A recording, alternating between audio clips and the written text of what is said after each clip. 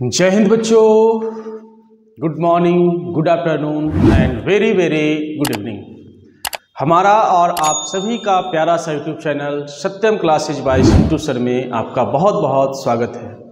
तो बच्चों, हम लोग पिछले वीडियो में पढ़े थे परिवहन चैप्टर का मोस्ट इम्पॉर्टेंट क्वेश्चन जो कि शॉर्ट था, 2 नंबर का था, और आज उसी चैप्टर का एक वीवीआई क्वेश्चन है जो कि है आपका जाइलम एवं फ्लोएम में अंतर। इस क्वेश्चन को अगर देखा जाए कि जो जाइलम एवं फ्लोएम में जो अंतर है, ये बार बार इसको एग्जाम में, बिहार बोर्ड के एग्जाम में इसको रिपीट किया जाता है। तो इसलिए आप इस क्वेश्चन को ध्यानपूर्वक और सही तरीके से समझने का कोशिश करेंगे।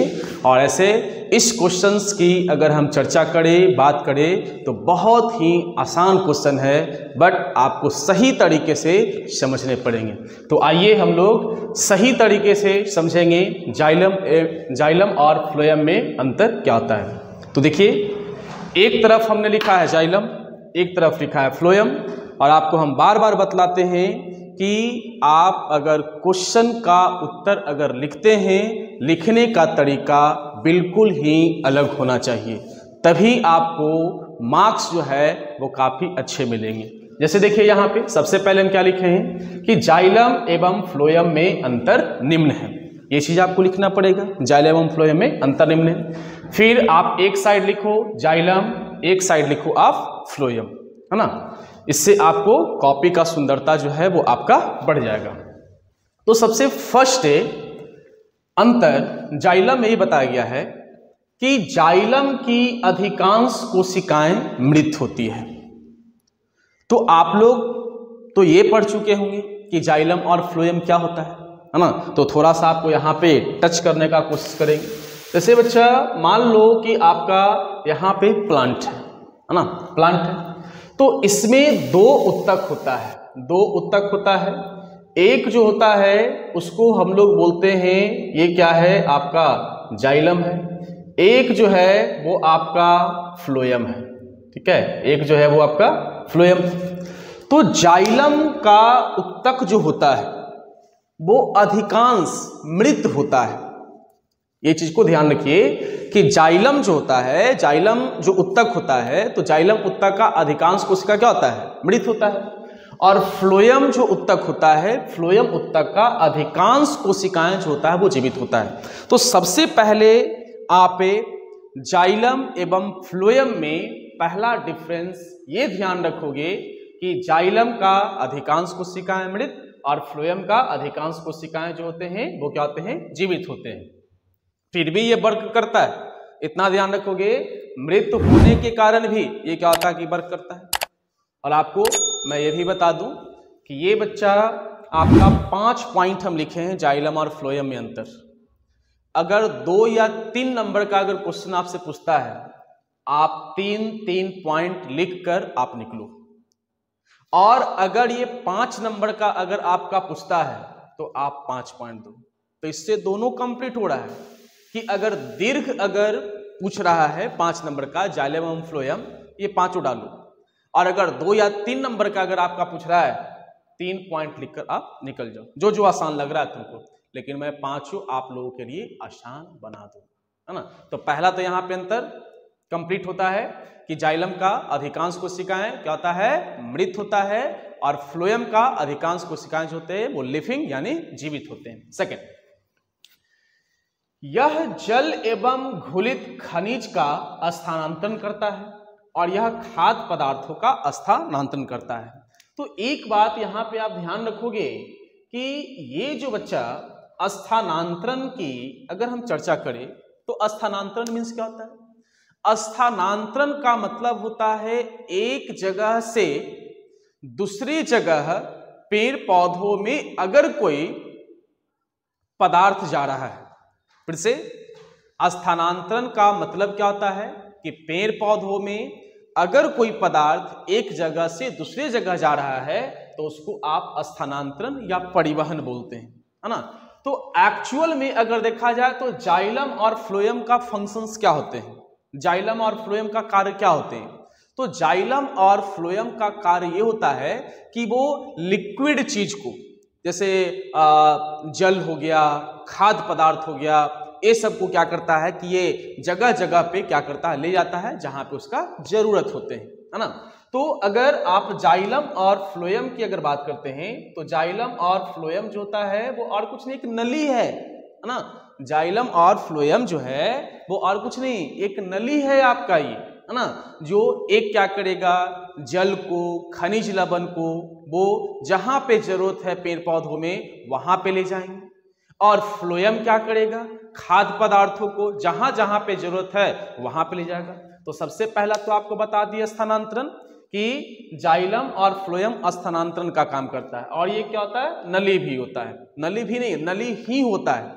तो देखिए नंबर सेकेंड, यह जल एवं घुलित खनिज का स्थानांतरण करता है। कौन, जाइलम। दोनों पाइप है, लेकिन ये पाइप, जाइलम जो पाइप है ये क्या करेगा, ये करेगा जो जल है। अभी बताइए कि यहाँ पे एक प्लांट है, यहाँ पे पेड़ पौधा है, अभी बताओ कि पेड़ पौधा के लिए जल जरूरी होता है कि नहीं होता है, बिल्कुल जरूरी होता है। तो अगर इसके लिए जल अगर जरूरी है, और अगर यहाँ पे हम अगर जल दे रहे हैं, है ना, तो पेड़ पौधा में ये जल जो होता है वो ऊपर तक, ऐसा बोल सकते हो आप कि ये पत्ती तक पहुंचता है। तो जड़ से लेकर पत्ती तक, जड़ से लेकर पत्ती तक कौन पहुंचाएगा, तो वो पहुंचाने का काम करता है जाइलम। किसको, तो ये करेगा जल को और घुलित खनिज को। घुलित खनिज क्या है ना, घुलित खनिज क्या, जैसे पानी है, पानी में कोई खनिज जो है वो घुल गया, उसको क्या बोलेंगे, घुलित खनिज बोलेंगे, है ना। तो जल एवं घुलित खनिज का स्थानांतरण पेड़ पौधों में कौन करता है बच्चा, जाइलम करता है ना।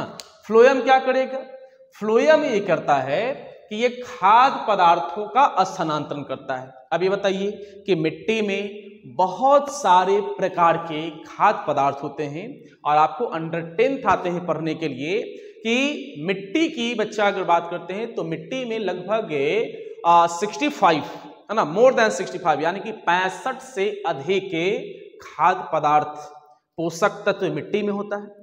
तो मिट्टी से पोषक तत्व पूरे पेड़ पौधा के सभी भागों में कौन ले जाएगा, जाइलम नहीं ले जाएगा। जाइलम एक ही काम करेगा, है ना, वो बोलता है कि हमारे से खाद्य पदार्थों का स्थानांतरण नहीं होगा।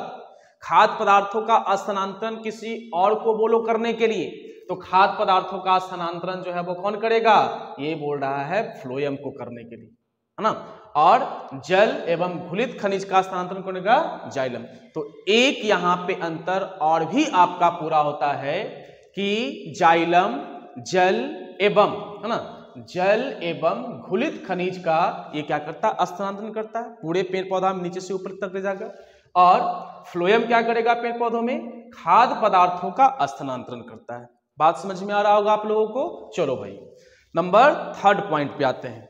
तो आपका फर्स्ट हो गया, इधर सेकंड हो गया, इधर भी फर्स्ट हो गया, सेकंड हो गया। बात करते हैं 3rd पे करते हैं।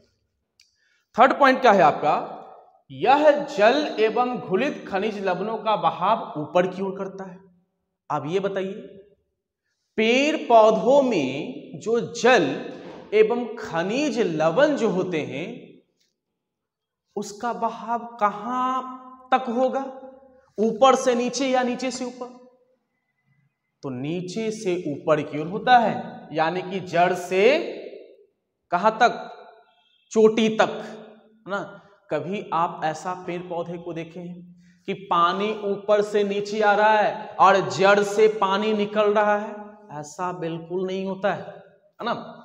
तो क्या बच्चा हुआ कि जाइलम जो जल एवं खनिज लवणों का बहाव जो करता है वो कहां पे करेगा, ऊपर की ओर करेगा, यानी कि ऊपर ले जाएगा। और इसमें फ्लोएम में, इसमें खाद्य पदार्थों का परिवहन ऊपर एवं नीचे दोनों तरफ करता है ना।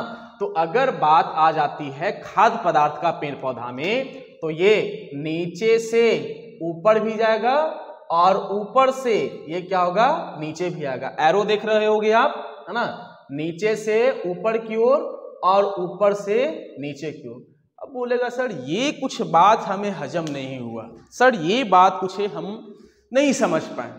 ये तो समझ गए कि जाइलम जो होता है वो खनिज लवण एवं जल को नीचे से ऊपर की ओर आसानी पूर्वक तो लेकर चला गया, है ना। और ये कभी संभव ही नहीं है कि जल ऊपर से नीचे की ओर आएगा। सर यहां पे खाद्य पदार्थ तो ये समझ गए कि मिट्टी से ऊपर तक तो चला जाएगा, लेकिन नीचे से ऊपर कैसे सर, है ना। समझो बात को, समझो। क्या पेड़ पौधे जो भोजन करते हैं क्या सिर्फ मिट्टी से ही करते हैं? फर्स्ट चैप्टर में ही आप पढ़े होंगे प्रकाश संश्लेषण, और प्रकाश संश्लेषण का प्रक्रिया जो होता है वो बच्चा कहां पे होता है? प्रकाश संश्लेषण का प्रक्रिया जो होता है वो पत्ती में होता है। यानी कहने का मतलब ये हो गया कि पत्ती, यहां पे हम एक लिफ्ट बनाते हैं, जो पत्ती होते हैं तो पत्ती में प्रकाश संश्लेषण का प्रक्रिया हो रहा है, तो यहां पे भोजन जमा होगा पत्तियों में। बात में आ रहा है?